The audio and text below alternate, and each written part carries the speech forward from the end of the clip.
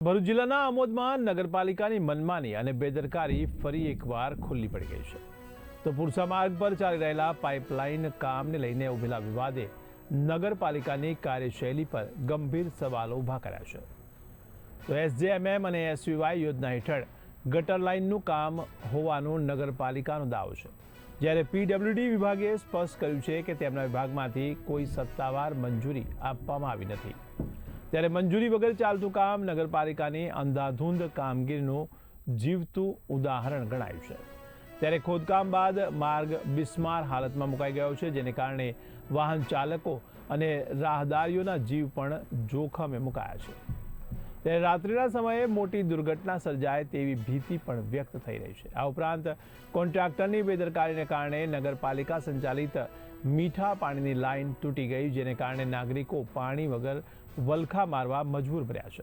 ત્યારે સ્થાનિક નાગરિકોએ કોંગ્રેસ યુવા પ્રમુખ કેતન મકવાણા અને તાલુકા કોંગ્રેસ પ્રમુખ નરેન્દ્ર પટેલને ઘટનાની જાણ કરી.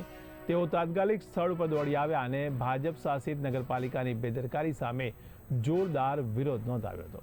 ત્યારે તાત્કાલિક સેનેટરી ઇન્સ્પેક્ટરને જાણ કરી મીઠા પાણીની લાઇનનું અસ્થાયી રિપેરિંગ કરવામાં આવ્યું છે. ત્યારે હાલ આ સમગ્ર મામલો આમોદમાં ચર્ચાનો વિષય બન્યો છે અને નગરપાલિકાની ભૂમિકા શંકાના ઘેરામાં આવી ગઈ છે.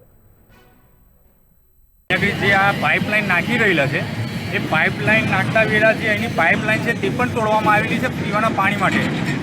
જ્યારે હું અહીંયા આગળ આવીને નગરપાલિકાને એસઆઈને જાણ કરું છું ત્યારે એમને ખબર પડે છે. એનો મતલબ આ કોન્ટ્રાક્ટરને એ લોકોની ગંભીર બેદરકારીને કારણે, લાલિયાવારીને કારણે એ જાતે પણ અત્યાર સુધી એમને કોઈને જાણ નથી કરી કે એમનાથી આ પાઇપલાઇન તૂટી ગયેલી છે.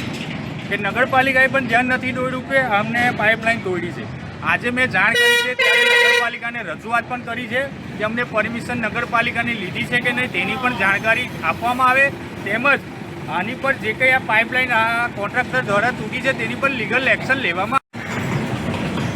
હાલ આમોદ તરફથી પુરસા તરફ જે રોડ જઈ રહ્યો છે અત્યારે બની રહ્યો છે પીડબ્લ્યુડીના હદ વિસ્તારમાં.